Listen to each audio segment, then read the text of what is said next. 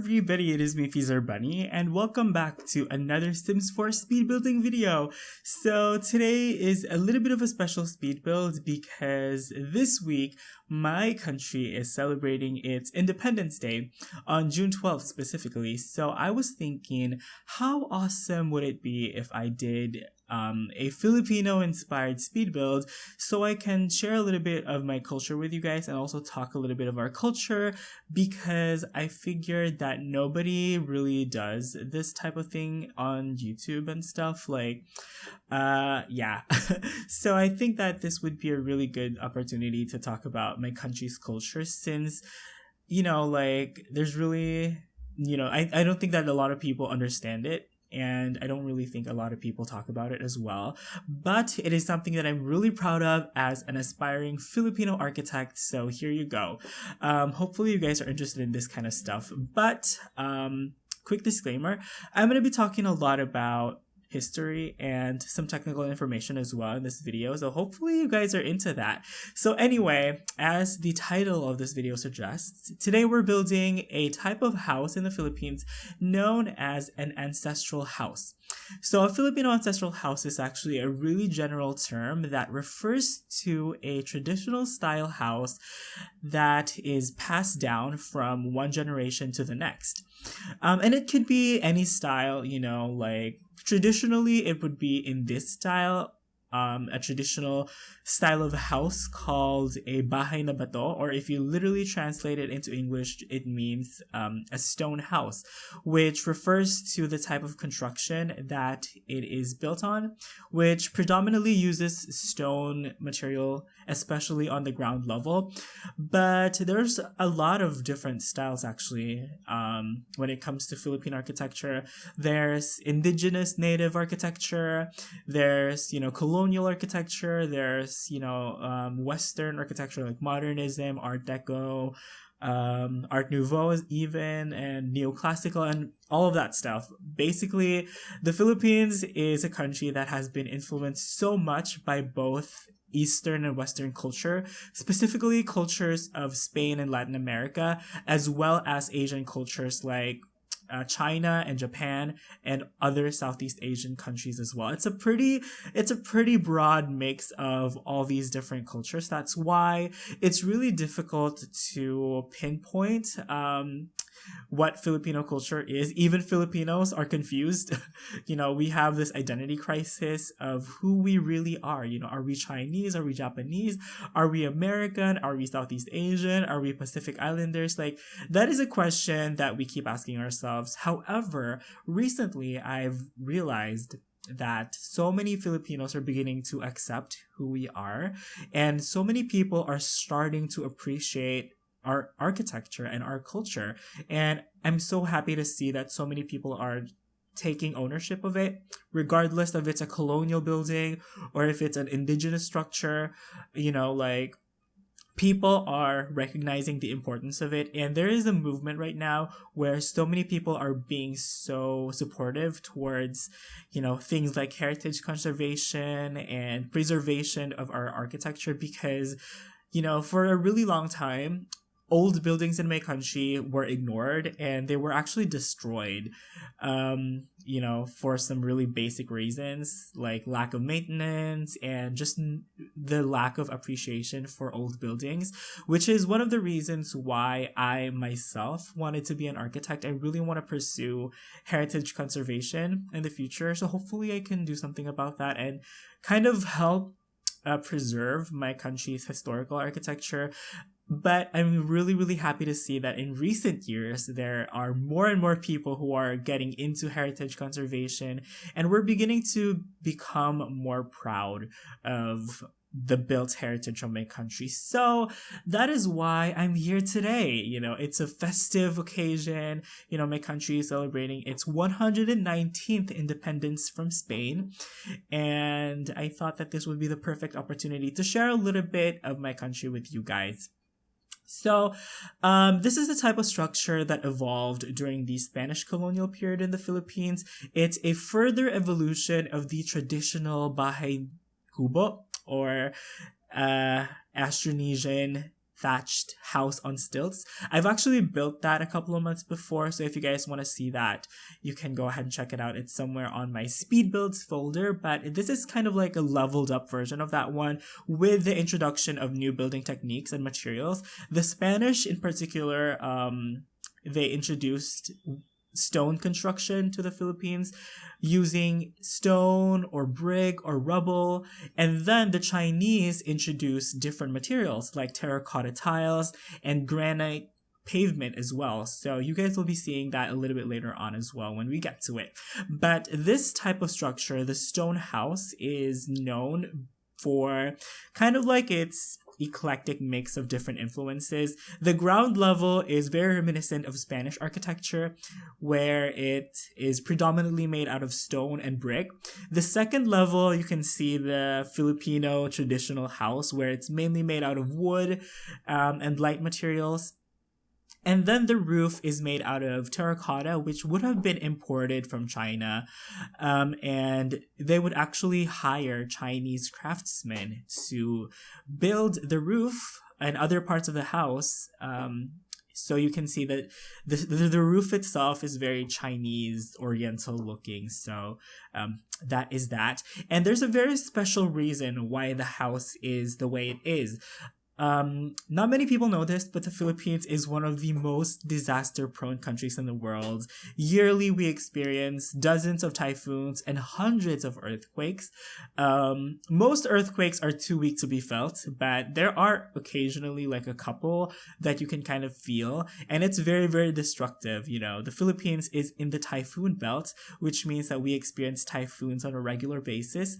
And also, the Philippines is in the Pacific Ring of Fire, and if you don't know what that is, it is a ring around the Pacific Ocean where the world's most active volcanoes are located. So volcanic activity equals earthquakes. So that makes Philippine architecture very vulnerable. So we always have to contend with that. And we always had to innovate with that. And this house is a perfect example of centuries of evolution, of, you know, evolving and adapting towards the elements. So the ground level is made out of stone, I've mentioned multiple times before, and that is to provide weight and to anchor the house in the event of a typhoon so it doesn't get blown off. While the second level is strategically built out of wood to make the house light and flexible during earthquakes. And then, of course, the roof, which traditionally would be made either out of thatch material or terracotta tiles. It gives weight and, of course, makes the building waterproof as well. So that explains that. Also, over here at the back, I am building kind of like a water tank. Traditionally, this is called an aljibe. And I believe in Spanish, for you guys who know how to speak Spanish, you would probably have the same terminology that refers to like a water tank or a water fountain or a cistern. And that is a place where you would kind of store water. You would kind of like keep rainwater. It's like, what do we call it? In modern architectural terms, it's kind of like a rainwater collection system, which is still used a lot in Philippine houses today. Our house, even though it was built in the 90s and it is not in this style, we have a rainwater collection system. So, you know, it's one of those traditions that really persisted. I think one of the traditions that also persisted as well, despite the colonialism of the Philippines, is the layout of the house. You know, traditionally, Filipinos would have houses on stilts, and even though this house isn't really on stilts, the layout itself of the floor plan still reflects that tradition because most of the ground level in this stone house or this ancestral house is actually not occupied. There is an Asian tradition or belief that the ground is pretty ominous, like the earth has like spirits or vapors or something. That's why in many Asian cultures, houses are built away from the ground, either on stilts or on stone foundations and stuff like that. And that is something that we also practice here in the Philippines. So most of the living quarters are on the second level. And as you guys can see, the kitchen as well is on the second level. And unlike most of this floor, the second floor, the kitchen is actually predominantly predominantly made out of bricks because, of course, there is a risk of fire for wooden structures. So, I made sure to take that into consideration and fireproof this house as well. So the kitchen is conveniently placed at the back and on a predominantly brick part of the structure to make it a little bit more fireproof. And I did experiment quite a bit with the layout. It was so difficult to actually get it right here because I wanted to capture the essence of a traditional kitchen and how it would look like. But of course, we don't really have the furniture, like especially the appliances. Like traditionally, we would have terracotta stoves and pots and stuff like that, which of course are not in The Sims 4. So I just used this traditional kind of iron stove that has a matching fridge as well. And one thing that I really wanted to incorporate was a lot of jars, because in the Philippines we have a pottery tradition, and we usually have pottery as storage, for, one pot would have like fermented stuff, one pot would have water, one pot would have like different stuff. So I've actually, when I was really, really young, I went to this really rural area with an uncle of mine. I think it was like one of his tenant farmers or something, and we stayed overnight because it was so far. And I remember that that family that lived kind of like a rural lifestyle, they keep their water in giant pots and in giant like vases like the one we have in the kitchen. So I thought that was really interesting. And also I've researched quite a bit online on what a kitchen would look like, and believe it or not, you guys, the kitchen has that kind of picnic table thing, probably for the servants to eat on, but I was really surprised that they had that. But I immediately recognized that that item was available in The Sims 4, so I went ahead and put it there. Also, traditional houses would usually have open floor plans. That's a really persistent tradition that we have. Regardless of the style of house, Filipino architecture always has an open floor plan. Eventually, we did have houses with interior partitions, but usually the partitions would be not permanent. Like in this case, for example, you guys can see that both the living and dining room are in an open floor plan. And traditionally, there are houses that wouldn't even have any doors, They would only have like curtains, I guess, curtains on archways, or even like shell beads and stuff like that divide each room and stuff. It's really interesting. I want to show you guys those shell things are really awesome. I don't really know what those are called, but it's kind of like a curtain made out of like shells that have been strung together, and you just swipe it to the side if you want to go from one room to the other. So it's pretty awesome. The open floor plan also takes advantage of the environment and the climate as well, because of course the Philippines is a tropical country. We have tropical climate all year round, so it's usually pretty cool to have an open floor plan. And yeah, a lot of wooden furniture as well. As you guys can see, we have really, really good quality hardwood, and also wood is a very comfortable material to go around in. It is really it's really cool and comfortable, especially during hot summer days in the Philippines. So yes. And also this room right here, I will change the color to white. There we go. I will change the color to white because, usually we would paint the wood on the interior. Sometimes it comes in a bunch of different colors actually. And in some houses, this is a really rare practice, but in some houses, they would even have frescoes on the interiors, like on the ceilings and on the wooden panels and stuff. They would have like images of, traditional life in the countryside and nature and stuff like that. So I really, really liked how I ended up deciding to paint the interior walls white, because that is literally the way it looks like in many traditional houses here in the Philippines. So, once again, I tried my best to capture that for you guys. Also, since we're working on the bedroom, I forgot to mention before that there are 2 bedrooms and 1 bathroom in this house. I know, right? I'm going to be talking a little bit more about that later, but traditionally, there wouldn't really be that many bathrooms in a house. And as you guys can see, I put a little detail of having like a wash basin right next to the bed. And that was a really cool little kind of detail that I wanted to add because it's very Victorian. I think it's very traditional to many cultures, and having a wash basin, I feel like is pretty awesome. Filipinos are very obsessed with being clean and being hygienic. Like, I mentioned this in my other Filipino themed build before, but it is very, very common in my country to take a bath at least once a day, and it is not uncommon to actually have people take baths 2 times or 3 times a day. It's not really surprising. We just really love to be clean, so yeah, I felt like that was a really important detail to include as well. But there's actually so many of these houses in the Philippines. There's like hundreds of these ancestral homes, and a lot of them are actually open to the public. And I have visited quite a few. There's a couple of museums in my city, in Manila, that show how the traditional life of our ancestors was like. So yeah, I also got inspiration from that from places like Casa Manila, and also in Nelly Gardens, which is a beautiful, beautiful ancestral house. It's stunning. It has a beautiful garden. And yeah.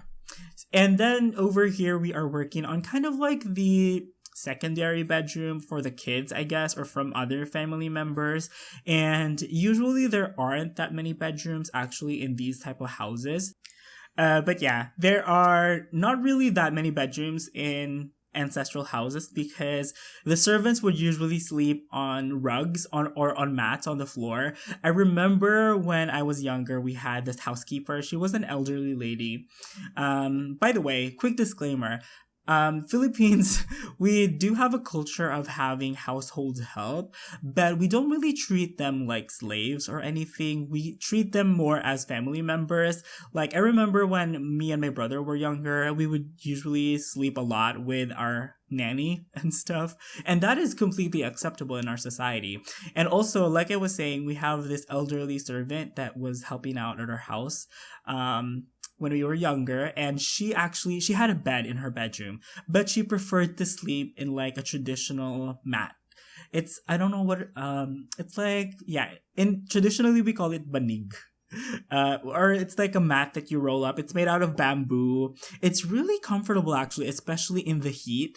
I remember when we had blackouts when I was younger, I would have our housekeeper kind of like unroll a mat on the balcony, and I would just stay there because it was so comfortable. Oh, it felt so good. I actually miss that sensation. Also, the mat was made out of bamboo, and I don't know why, but I'm pretty sure so many Filipinos are guilty about this, but I was kind of biting on it and kind of like trying to see what it tastes like. I know that sounds really gross, but it's basically like a grass thing, so I didn't also eat it. By the way, I was just biting it, and I'm just like, okay, it tasted really salty for some strange reason. I don't know, that sounds really gross, but it's just really interesting. I grew up in a rural area in the Philippines, by the way. It's a very, very small town somewhere in central Philippines, right next to the beach. And my place is actually famous for its seafood. Oh, I miss it. But right now for college, I'm in Manila, the capital city of the Philippines, and working on my architecture degree.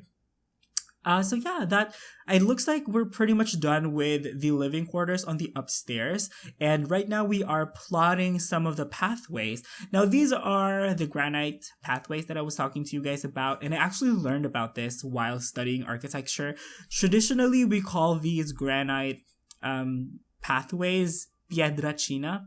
And if you know Spanish, you would know that means Chinese stone. And there's a really interesting story to that, because when the Chinese would travel to the Philippines, they would bring on their ships these granite stones to weigh down the ships, as weights. But when they get to the Philippines, the stones become completely useless, so they would sell it to the locals, and the locals would actually just put them in their houses and make them as pathways and stuff like that. So that is the origin of the piedrachina, which I actually really like the story.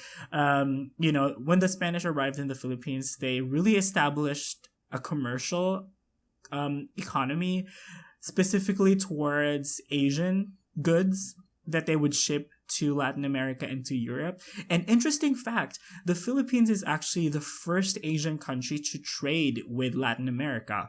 And at some point during our history, the Philippines was a part of Mexico. The Philippines was a part of New Spain until Mexico got its independence, and the Philippines was ruled directly from Madrid ever since that time. And eventually the Philippines became independent later in the 19th century alongside other territories like Cuba and Puerto Rico. But of course, if you're from those countries, you would know that like the Philippines, Puerto Rico, and Cuba became like a US possession or something like that. It's really kind of like vague because different countries have different versions of the history. But basically, after the Spanish colonial period of the Philippines, we became an American territory, which is the reason why we got involved in World War II. And it's so interesting because, because of the Philippines' involvement in World War II, so much of my country has been destroyed. And also, millions of people died. Not just thousands, millions of people died. And we weren't even directly involved. We were just there. We just happened to be an American colony. But, that's just the way history works. And I think that people have moved on from it. But wow, I can't believe, and my grandparents had to go through that, interesting story. My grandmother, she had to live in the mountains to escape the war. Just like many people who were like refugees and stuff, she had to go through that. And she actually wrote about it, actually. My grandmother was an English teacher, and she wrote about it to she wrote about it to one magazine. I'm not sure if her story was published or whatever, but she wrote about it. I should really look for that memoirs of hers. So yeah. Anyway, the landscaping, I'd like to think of it as kind of like a mix of symmetry and asymmetry, if that makes any sense. I'd like to think of it as organic symmetry, I guess, if that makes any sense. Because in Philippine, in the way that the Filipinos would landscape their houses, they would make an effort to make it look symmetrical, but in the end, it's still a little bit wonky. It's still a little bit not quite symmetrical. So you could kind of see the effort of them making it symmetrical, but it really doesn't turn out to be. But I think that's kind of that's kind of like the rustic aspect of it that I really like. It's kind of like rustic symmetrical, if that makes any sense. We're just gonna call it rustic symmetrical because I really like it. So yeah, also, the rest of the landscaping is actually pretty overgrown. You guys can see that I just placed in some random flowering plants and some grass and even some weeds and some dead plants.